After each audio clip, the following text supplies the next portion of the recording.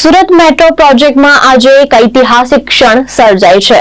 ચોક બજાર વિસ્તારમાં tunnel boring machine અમૃતનું સફળ બ્રેક થ્રુ થતા ફેઝ 1 માટે મહત્વપૂર્ણ સિદ્ધિ હાંસલ થઈ છે।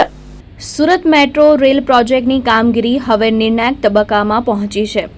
ચોક બજાર ખાતે અંડરગ્રાઉન્ડ ટનલિંગનું કામ કરી રહેલું TBM અમૃત સફળતાપૂર્વક બહાર આવ્યું છે। ડાઉન લાઇન ટનલનું કામ પૂર્ણ થતાં પ્રોજેક્ટમાં એક મોટું માઇલસ્ટોન પ્રાપ્ત થયું છે। TBM મશીને સુરત રેલવે સ્ટેશનથી ચોક બજાર સુધીનું આશરે 2.8 કિલોમીટરનું અંતર કાપીને પોતાનું લક્ષ્ય પૂર્ણ કર્યું છે।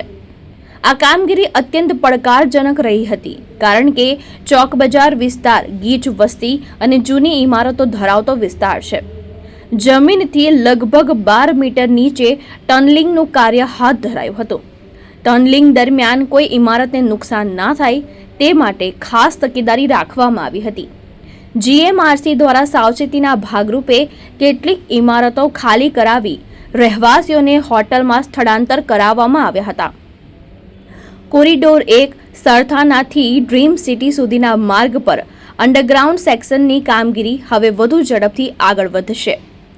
ડાઉન લાઇન બાદ હવે પેરેલલ અપલાઇન ટનલનું કામ પણ અંતિમ તબક્કામાં છે। ચોક બજારમાં TBM બહાર આવ્યા બાદ હવે સ્ટેશન પર ફિનિશિંગ અને ટ્રેક બિછાવવાની કામગીરી શરૂ થશે। સુરત મેટ્રોનો પ્રથમ તબક્કો જૂન 2026 સુધી કાર્યરત થાય તેવી પૂરેપૂરી શક્યતા વ્યક્ત કરવામાં આવી રહી છે। ભાવેશ ઉપાધ્યાય, દ્રષ્ટિકોણ ન્યૂઝ, સુરત।